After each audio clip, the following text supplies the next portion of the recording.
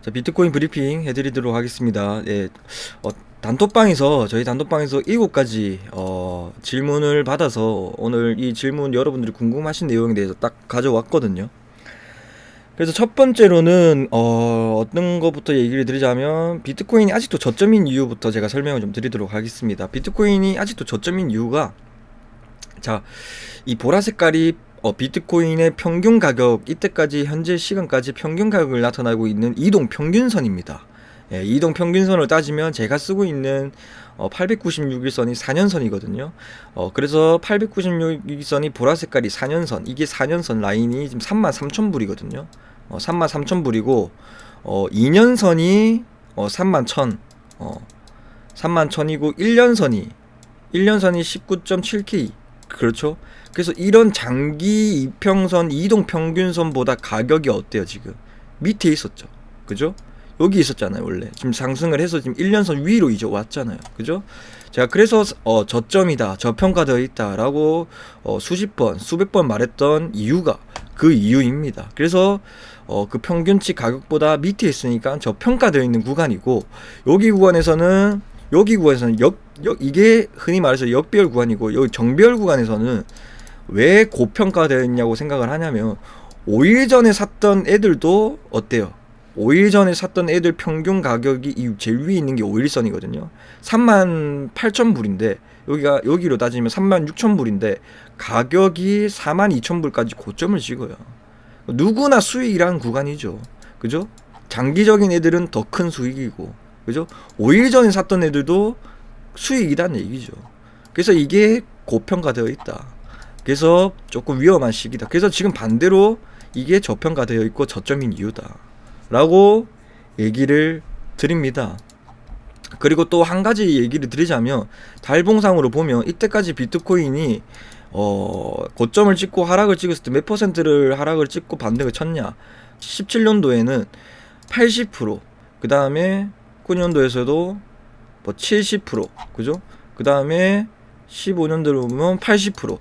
평균 가치가 80%인데 그럼 여기 고점을 대비해서 80%면 13K가 나오거든.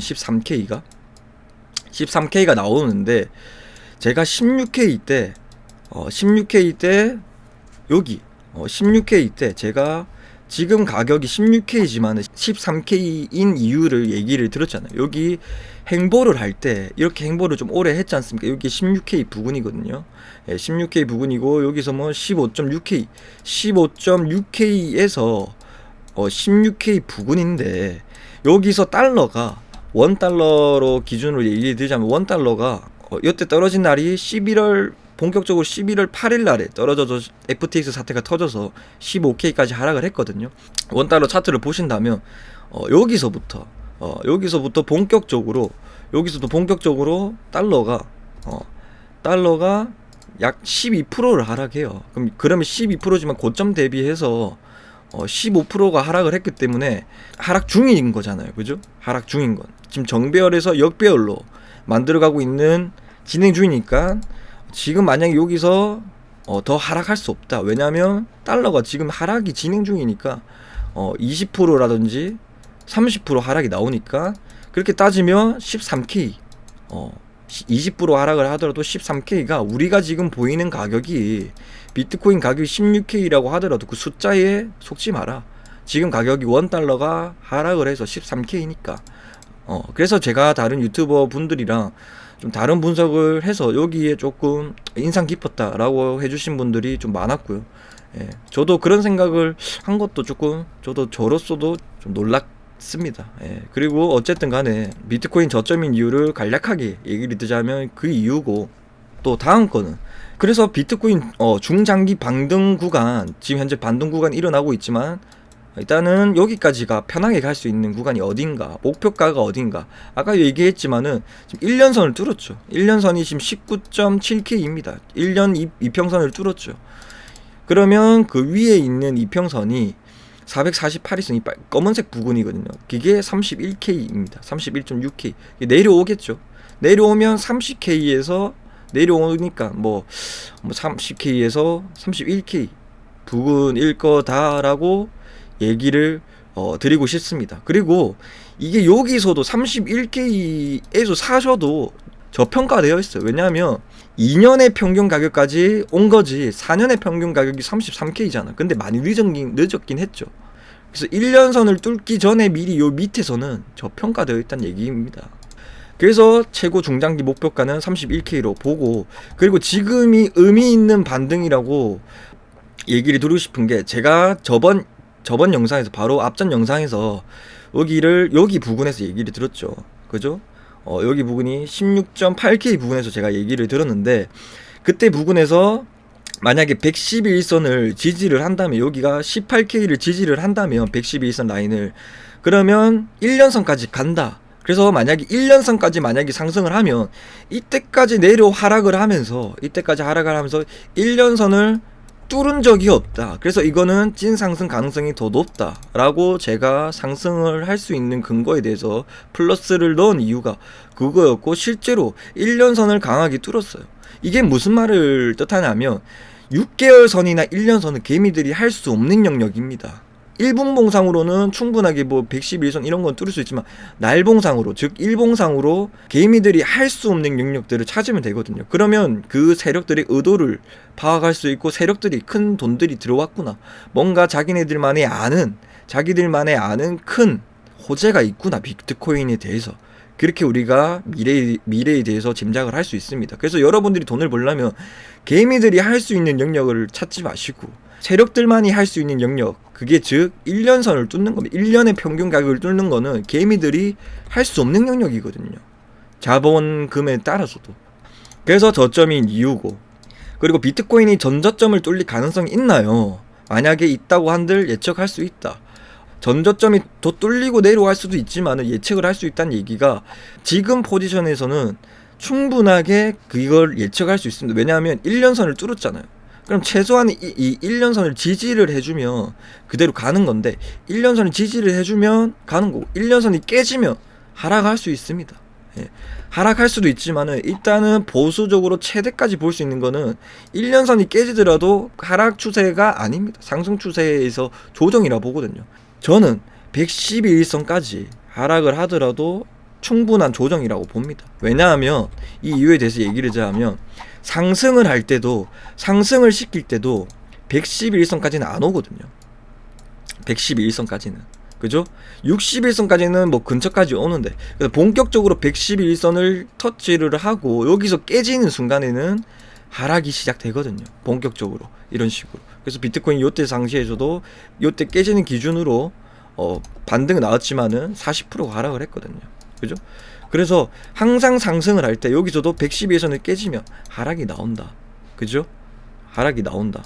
그리고 이 111선만 안 깨지면 되는 겁니다. 이렇게 상승을 주고도 여기 111선이 안 깨지고 상승을 하면 된다. 그래서 예측을 할 수가 있다. 그래서 18K만 안 깨지면 이 상승 추세는 이어질 거고, 지금 현재 111선 라인이 18.1K 라인이거든요. 18,000, 정확하게 얘기하면 18,150달러입니다.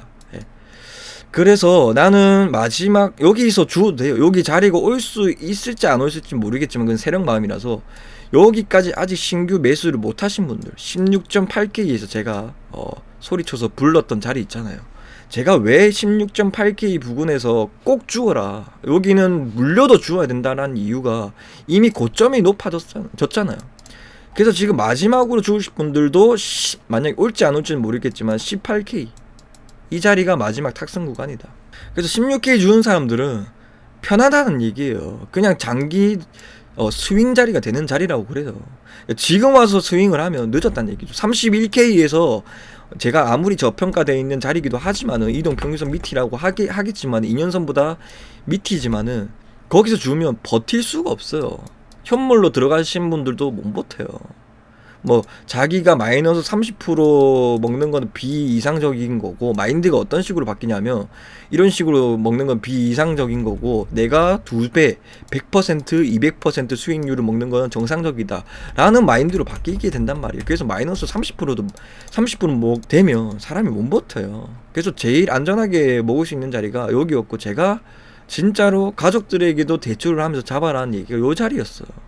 그래서 2월 8일 근처로 오면 저도 조금 예상을 하자면 2월 8일 근처로 오면 30K 부근까지는 31K 부근까지는 아니더라도 20K 후반이나 30K 부근까지는 올 거다라고 얘기를 드리고 싶습니다. 그래서 비트코인이 중장기 목표가는 그거고, 그래서 비트코인 눌림목 자리도 아까 얘기를 드렸습니다. 1년선 부근이나 아니면 111선 부근으로 분할로 알트를 현물로 주워 가시는 것을 추천을 드립니다. 제가 제 이평선을 쓰시면서 해외 가격으로 이렇게 보면서 타점을 잡으시기 바랍니다. 자, 다음 질문은 2월 8일에 1파 변곡이 나온다는 말씀은 2월 8일까지 상승하다가 그때부터 조정이란 뜻일까요? 제가 2월 8일이라고 얘기를 드렸던 이유가 2월 8일 부근에 이제 다가오면 올수록 크게 상승할 거고, 그 이후부터도 상승을 본격적으로 16K 때 제가 얘기해 드렸죠. 본격적으로 지금 가격은 못 볼 것이다. 2월 8일이 다가오면 다가올수록 못 보는 이유가, 여러분들이 제 이거 기법이라고 얘기 드렸죠. 대시세가 나오고 난 다음에 365일이 지나고 1년이 지나고, 그래서 제가 1년이 지나고 이때 얘기해 드렸죠. 이때가 11월 9일입니다. 이게 뭘 뜻하냐면, 보시면 제가 이 전부터 얘기를 드렸던 부분이거든요. 그래서 11월 11일부터 12월 11일 날 그때 분할로 주어라고 했던 이유가 하락이 끝나는 시점이라서 얘기 드리는 거예요. 이게 1년 동안 하락했던 이 하락이 보통 1년 안으로 끝나거든요. 하락이 끝나고 행보 구간이 90일이 지나야 본격적이게 크게 상승을 한다. 눈에 띄게. 그게 진짜 정확하게 여러분들 보세요. 그죠? 딱 이렇게 하락이 나오잖아요. 하락이 딱 마지막 피날레로 빡 나오잖아요. 여기서 만약 이거를 기법을 모르면 여기서 탔을 거 아니에요. 그래서 제가 말했죠. 이 1년이 아직 안 됐기 때문에 우리가 모르는 큰 악재가 있다. 제가 10월달에 얘기 드렸고, 9월달에 현금화를 얘기 드렸고, 요때 24K를 갔을 때, 20K 왔을 때, 그죠? 여기서 하락을 하고 20K 왔을 때 제가 현금화 하라고 얘기 드렸죠. 근데 어느 분이 뭐 지금 왜 현금화 하냐고 이렇게 반등을 다시 쳤는데, 이렇게 해서 요 부분에서 제가 현금화 하라고 했거든요. 그래서 이렇게 반등 쳤을 때 왜 현금화를 하라고 했냐면서 막 저한테 따지더라고요. 예. 어쨌든 간에 그분은 저한테 비록 요구는 하셨겠지만은 비록 치드를 건지셨겠죠. 대단한 사람이라고 뭐 봤겠죠. 어쨌든 간에 그게 대단한 게 아니고 기본적인 거예요. 그래서 그거를 모르시는 분들이 있어서 제가 얘기를 드리는데, 어쨌든 대시세가 나오고 1년이 지나고 그 다음에 90일이 지나면 이틀을 제가 조금 더 앞당겼거든요. 90일이 지나면 9월 뭐 7일이든 8일이든 뭐 정확하게 하면 2월 7일이나 2월 8일이거든요. 이 사이에 그러면 이게 끝난다. 그러면 이게 224일선에 가까워지고, 이게 이 지금 차트만 보니까 여러분들이 이해가 과거를 한번 볼까요? 과거에 대시세가 나오고 난 다음에 대시세가 나오고 365일이 지나고 뭐 요쯤이었죠? 90일이 지난다. 그죠? 그러면 이게 여기서부터 본격적인 상승이 일어나는 거예요. 그죠? 그럼 대충 찍어서 근데 여기 근처일 거예요, 여기. 그러면 또 다른 차트를 보면 대시세가 나오고 365일이 지나고, 그죠? 90일을 바닥을 다진다. 요때쯤이에요. 그죠? 그러면 본격적으로 상승을 한다. 그죠? 그래서 이게 90일이 여러분들, 이게 기준을 90일이라고 얘기를 들은 거지, 90일을 기준을 한 거, 90일보다 더 많으면 많을수록 힘이 더 강하다라고 인지를 하시면 돼요. 자, 그래서 어쨌든 그런 기법으로 90일이 다가오면 상승을 한다. 자, 그래서 그런 기법이 있다. 그래서 제가 15년도 차트랑 비슷하다고 했죠. 지금 이평선이.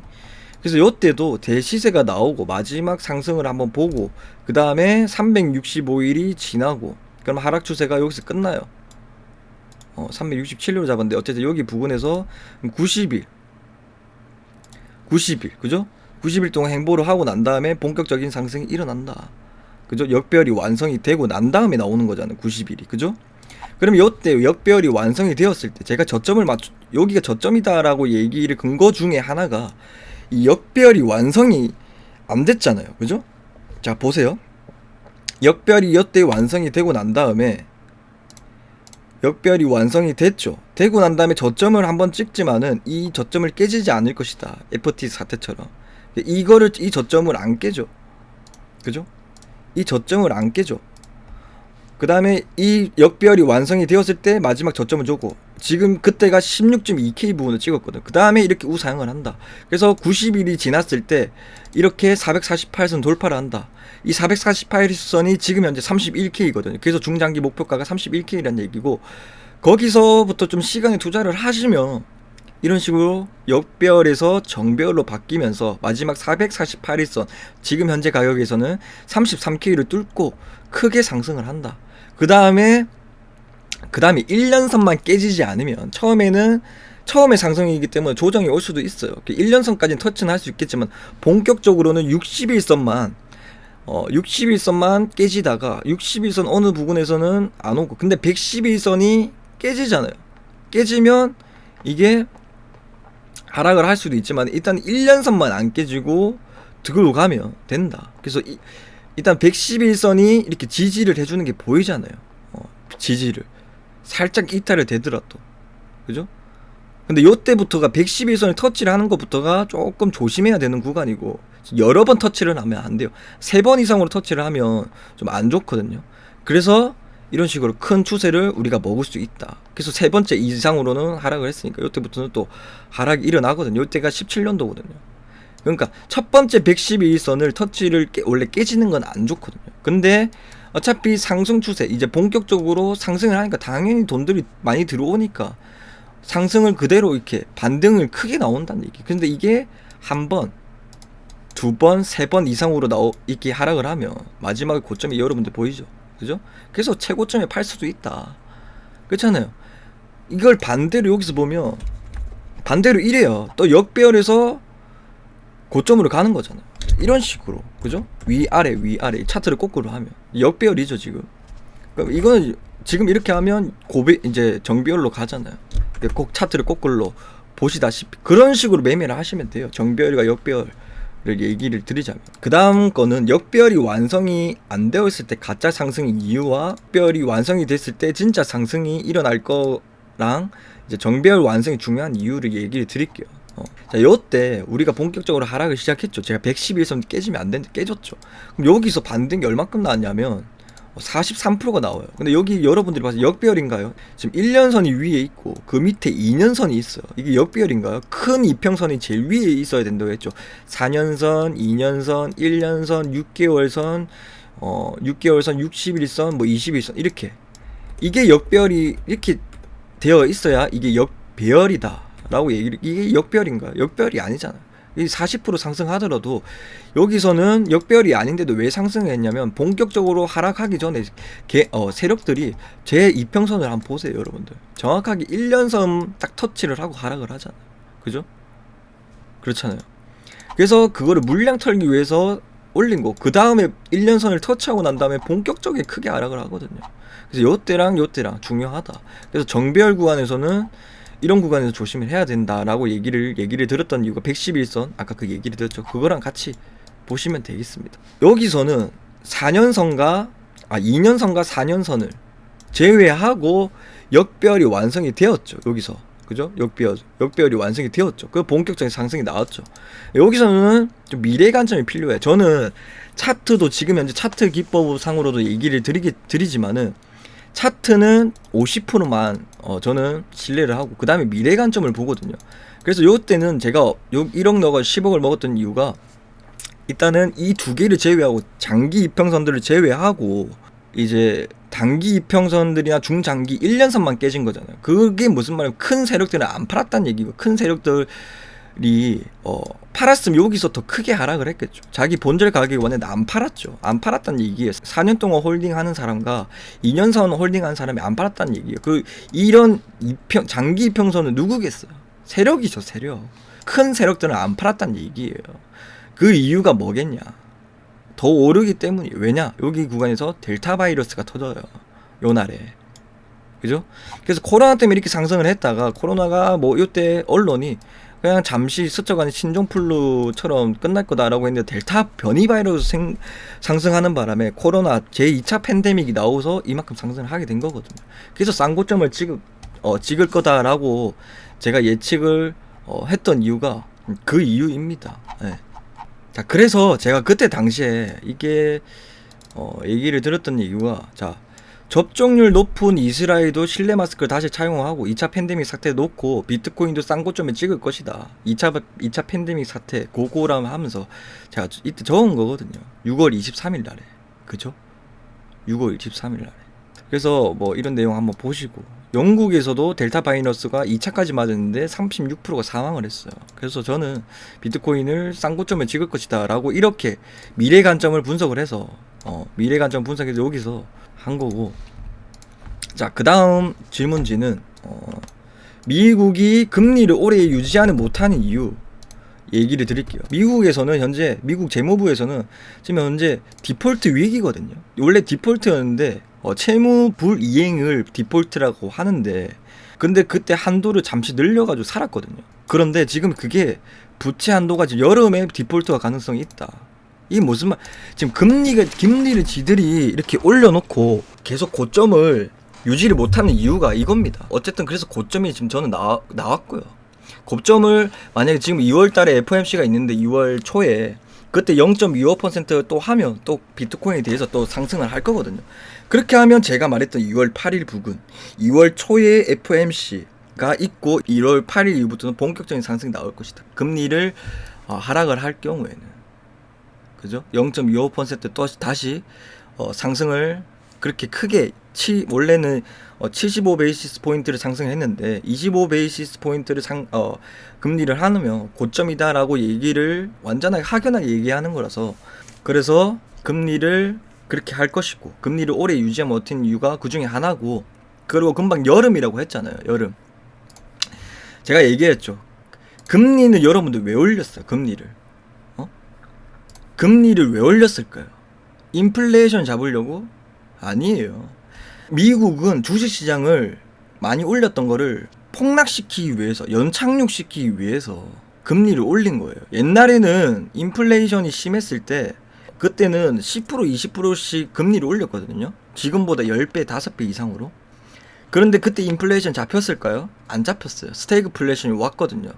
70년도 80년도. 그래서 잃어버린 뭐 일본 뭐 그런 것도 생겼을 그때 시대가 그때 시대거든요.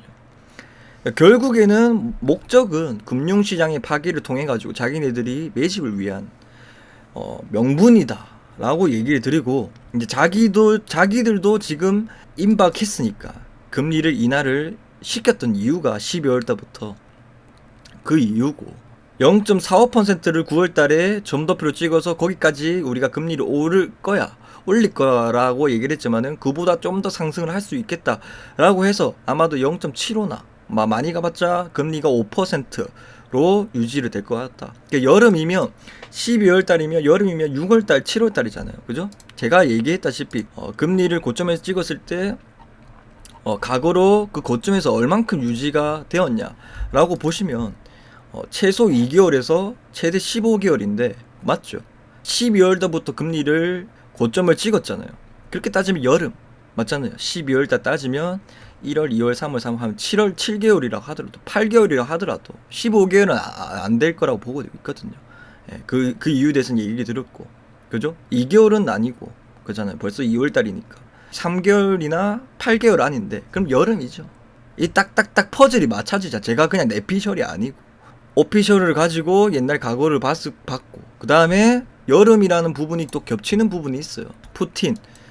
푸틴이 따뜻한 날씨에 졌다. 지금 현재 유럽에서는 기상 변화 이후로 지금 현재 날씨가 따뜻하죠. 그게 무슨 말이냐면, 사람들은 거기에 뭐 푸틴이 졌다라고 하겠지만은 푸틴이 결국에는 이길 것이다. 우리나라로 따지면 여름에 엄청 막 폭염이 있을 때는 겨울이 어땠나요?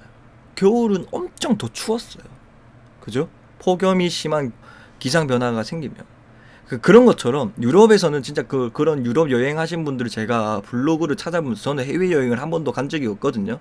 그래서 유럽 날씨도 원래는 지금 날씨가 원래 2, 3월부터는 엄청 추워야 되는데 막 따뜻하대. 20도래요. 20도. 원래 지금 스키장 이런 것도 해야 되는데 못한대요. 근데 결국에는 겨울은 올 거예요. 뭐 계속 뭐 그렇다고 사계절이 뭐 없어지는 게 아니잖아요. 그러면 겨울이 더 혹독할 것이다. 그래서 조금 딜레이 된 거죠. 우리나라로 따지면 봄 전후로는 끝날 거라고 얘기를 하고 있었는데 이제 우리나라로 따지면 여름 때까지 딜레이가 된 거예요. 딜레이가. 코로나가 델타 바이러스가 터진 것처럼 딜레이가 된 거예요. 결국에는 푸틴이 승리합니다. 푸틴이. 뉴스에서는 푸틴이 졌다라고 하겠지만, 그죠?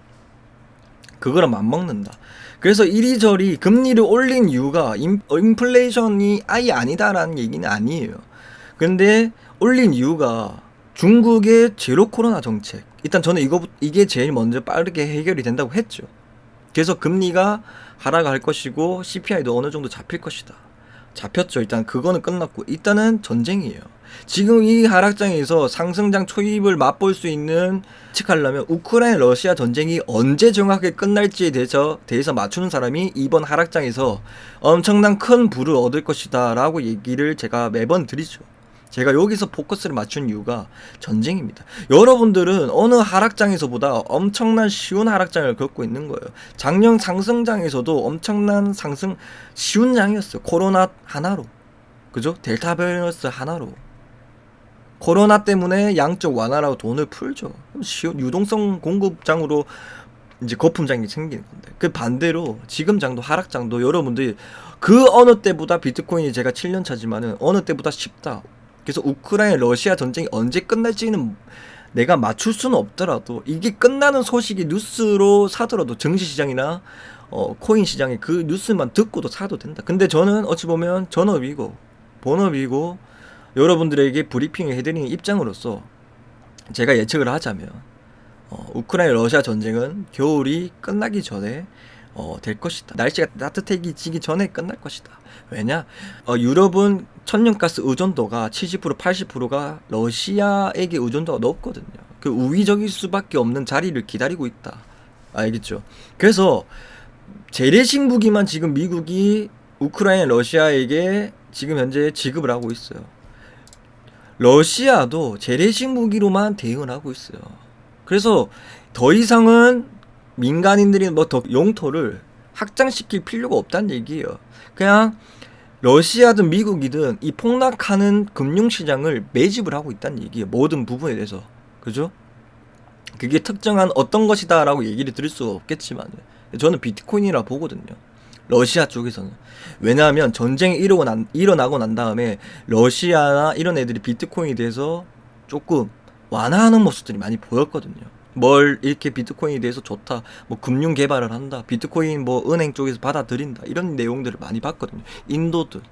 그래서 결국에는 러시아와 친러시아 국가 주변의 국가들이 러시아랑 똑같은 입장을 할 것이다. 인도도 지금 현재 인도 그 비트코인 거래소를 만든다고 했고, 중국도 1월 1일 날에 거래소를 만들었고, 그러면서 중국발 코인들이 상승을 할 거고, 그리고 중국 애들이 지금 현재 비트코인의 채굴 금지와 그런 것들을 하고 있지만 어차피 러시아가 그렇게 하고 있으니까 자기네들 팀이니까 원팀이니까 그 원팀을 따라갈 거라고 생각하고 있습니다, 여러분들.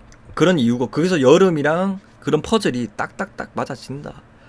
그래서 지금 현재 겨울 때까지 기다리고 있고, 그 기다리기 위해서 재래식 무기만 사용을 하기 때문에 전쟁이 누군가가 팽팽한다라고 얘기했지만은 뭐 팽팽한 이유가 그런 이유다. 러시아도 크게 그렇게 안 한다. 막말로 핵하고 하면 돼요. 그리고 며칠 전에 러시아 푸틴도 이번 연도에 제가 뉴스를 봤는데 제가 얘기 드렸죠. 푸틴도 지금 임기를 제가 보니까 이번 연도에 내려올 것이다. 길어봤자 내년이다. 제가 작년에 얘기했죠. 근데 그 뉴스가 푸틴이 이번 연도에 대통령에서 내려오겠다. 후임자를 이미 결정했다. 라는 얘기가 여러분들, 이번 연도에 자기가 후임자한테 이 전쟁을 맡기고 갈까요? 이번 연도 안에 끝나요, 하락장. 여러분들. 제 예상과 똑같이 뉴스가 나오고 있어요. 그 후임자가 아들이라고 했는데, 근데 그건 좀 미스테이크. 아들이 14살이더라고요. 예, 인간미. 라고 봐주세요. 14살은 에바고, 어쨌든 후임자가 있다. 어쨌든 그 부분에 대해서 좀 그렇게 생각을 했던 부분이 뉴스로 그렇게 실제로 나와서 정말 저도 잘 브리핑을 하고 있구나라고 뿌듯해합니다. 그러니까 여러분들도 소수 인원 제 유튜브 구독자지만 많으면 많지만 작으면 또 작은 숫자이기 때문에 그래도 여러분들에게 좋은 정보를 제시했다라고 생각을 하고 그래서 어쨌든 그렇고 금리 인하 시 인플레이션은 어차피 완벽하게 2% 기준까지는 못 잡힌다. 그래서 즉 경기는 침체가 되고 물가는 또다시 상승할 거예요, 여러분들. 금리를 인하하는 순간 여러분들이 뭐 증시시장 뭐 이렇게 뭐 인플레이션이 잡힌다라고 생각을 해서 이 금리 인하를 한다고 하겠지만은 경기 침체가 시작되고 물가는 또다시 상승할 겁니다. 예. 그러면서 스태그플레이션이 일어나거든요. 제 유튜브 영상에 보시면 제 처음에 영상이 스태그플레이션입니다. 스태그플레이션. 예? 스태그플레이션이 일어나면서 이렇게 우리가 비트코인 이런 것들이 대폭등이 나올 것이다. 왜냐하면 이 스태그플레이션, 이 인플레이션, 경기 침체에 포커스를 두지 말고 이 인플레이션에 포커스를 둬야 된다라고 매번 얘기 드리고 있죠. 경기 침체가 무서워서 현금화 할 게 아니고 인플레이션, 해칭 수단으로 비트코인이나 실물 자산들을 살 것이다. 그게 6월달부터 비트코인이 상승할 수 있는 이유고, 그게 너무 딥하게 경기 침체가 깊게, 그 경기 침체가 작년에 이번 연도에 올 거다라고 다 얘기를 하잖아요. 그건 맞아요. 근데 얼마큼 크게 우리한테 올 것이냐, 그게 문제거든요. 얼마나 골이 깊게 올 것이냐, 딥하게 올 것이냐. 근데 저는 딥하게 안 올 거라고 보거든요. 예, 그러면서 금융시장과 같이 또 상승을 할 거예요. 그래서 이래나 저래나 비트코인은 경기가 안 좋든 간에 인플레이션이 오르든 간에 경기가 더 좋아지든 간에 비트코인은 부적입니다. 앱토스와 같이. 무슨 말인지 알겠죠? 그래서 어쨌든 간에 왜 딥하지 않을 경기 침체다 라고 얘기를 드리냐면, 자, 21년도 불장 상승 초에 제가 이때도 파월이 거짓말해서 23년도까지 금리를 동결할 것이다 라고 얘기했거든요. 근데 지금도 23년 내년에도 금리를 인하할 생각이 없다 이렇게 얘기하고 있거든요. 21년도 이때 3월 18일 날에 연준 파월이 23년도까지 금리를 동결하기로 했는데 지금 금리 동결했나요? 23년도인데 금리를 올리고 지금 고점을 찍었잖아. 믿으면 안 된다는 얘기예요, 여러분. 파월의 말이 다 그게 고지고대로 다 믿으면 안 돼요. 예? 어쨌든 간에 저도 한번 당했어요. 예. 그래서 이 부분 제외하고 다 맞췄죠. 미국 부양책으로 지원금이 코인으로 들어올 것이다. 들어왔죠. 돈을 존나 뿌렸죠. 계속 뿌렸죠. 우리나라도. 주식시장으로 유입을 하고 이 가정의 대출도 포함될 거예요. 왜냐하면 금리가 싸니까. 금리 동결한다고 하니까. 23년도까지 우리 금리 동결할게. 안 올릴 거니까 너네들 대출 많이 해. 쌀 때 많이 해. 23년도까지 걱정하지 마. 2년 3년 동안 너네들 금리 인상 안 할 거니까 투자자들 속이죠. 대출해가지고 부동산 연끝해가지고 사죠. 우리나라 사람들이 미국 이 발표를 보고 미국 기준으로 기축통화니까 파월의 말을 믿고 부동산 시장도 당했어요. 여러분들 당했으면 한번 알아야 될 거 아니에요. 왜 또 23년도에 금리를 인하할 생각이 없다라는 거에 대해서 왜 또 믿고 있냐고. 그만큼 당했으면 정신 차려야 될 거 아니야. 어쨌든 간에 그래서 투자시장 가열됐고 고래 및 기관들 투자시장 물량 정리 마무리 후 달러가 자동소가 된다. 그죠? 달러가 자동소가 된다. 자기네들 뿌려둔 돈이 이 시장에서 개미들을 돈을 잃게 하면 달러가 자동 소각되잖아. 그래서 인플레이션 해결 방안이다라고 제가 이거를 몇 년을 앞서서 본 거예요. 세상에 공짜 없다. 우리가 힘들 때 돈 안 주던 이 정부에서 우리한테 1,000만 원 이상으로 줬어요. 뿌린 돈만 해도. 그 이유가 루나코인. 보세요, 여러분들.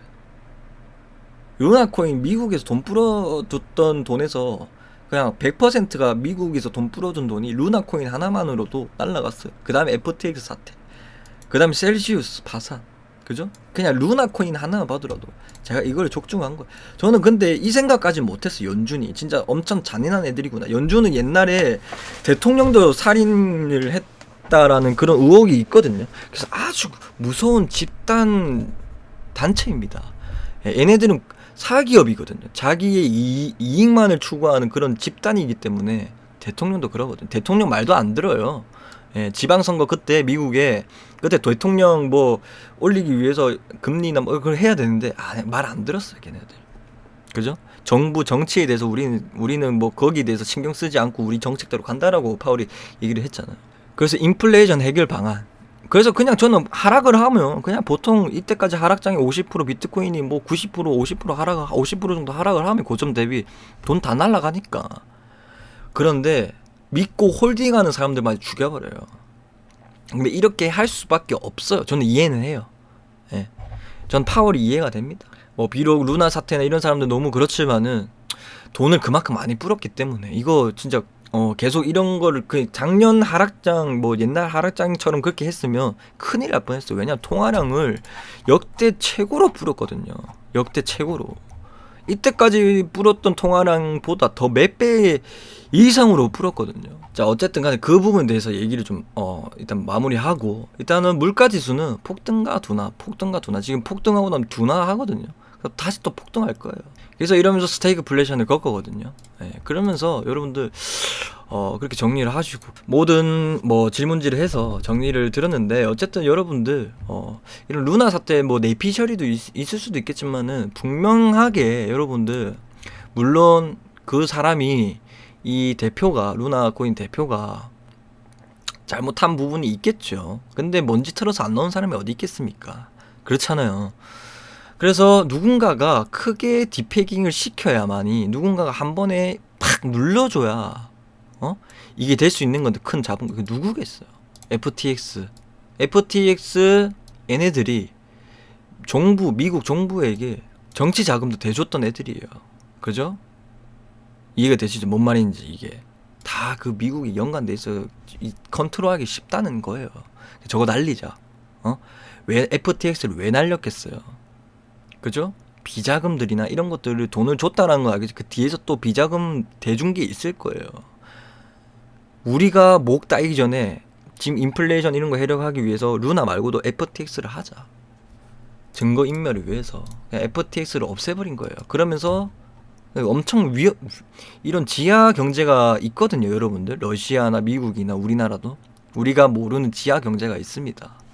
그 부분에 대해서 한번 뭐 공부를 하실 분들 하시고, 그런 말이 있어요. 여러분들도 뭐 부모님들이나 주변 사람들이나 뭐 비트코인이나 뭐 이런 거 뭐 위험하다 하지 마다라고 하지만 저는 한마디 드릴게요. 보통 인간은 태어나서 어릴 때 성장하면서 부모를 보고 동일화시키기 때문에, 부모가 금수저가 아니라면 돈에 대한 생각과 투자가 가난할 겁니다. 바뀌기 위해서 뼈를 깎는 정도가 아니라 심장을 파괴할 정도로 바꾸지 않으면 가난과 평생 노동에서 벗어나지 못할 거라고 보거든요. 그래서 어느 정도 제 영상을 보시고 여러분들에게 좀 많은 도움을 드리기 위해서 뜻이 맞고, 저도 이런 내용을 부모님이나 친구들, 이 코인에 대해서 뭐 금융시장에서 이해도가 없는 사람한테 얘기를 하면 그냥 멍하게 있거든요. 무슨 소리인지 몰라서. 그래서 어느 정도 저도 이런 토론할 수 있는 자리가, 유튜브라는 자리가 있어서 많은 사람과 얘기를 할 수 있어서 더 좋고, 앞으로도 저는 제 유튜브가 성장을 더 지금보다 더 성장이 될 거라고 보고 있어요. 저는 그렇게 자신감이 있고, 뭐 그런 말 있잖아. 손흥민 아버지도 뭐 남자 쓰러지고 두드려 맞고 그래도 일어나, 월드 클래스는 뭐 별거 아니야 하면서 뭐 그런 영상이 있었잖아요. 그런 것처럼 그런 마인드로 살아가 볼랍니다. 예, 어쨌든 여러분들 새해 복 많이 받으시고, 곧 설날인데 뭐 설날 때는 비트코인 보지 마시고 지금 현재 저점이니까 주고 넣으시고, 이번 연도 제 영상을 보시고 한번 조금 맞는 부분이 맞으면 지금이라도 안 늦었어요. 여러분들 사실 20K라도 꼭 투자하시기 바랍니다. 네. 어쨌든 오늘 영상 여러분들에게 도움이 되셨으면 좋겠습니다. 댓글과 좋아요와 조금 알람 설정까지 많이 부탁드리고, 오늘 영상 브리핑 영상 여기까지 하도록 하겠습니다. 시청해주셔서 감사합니다.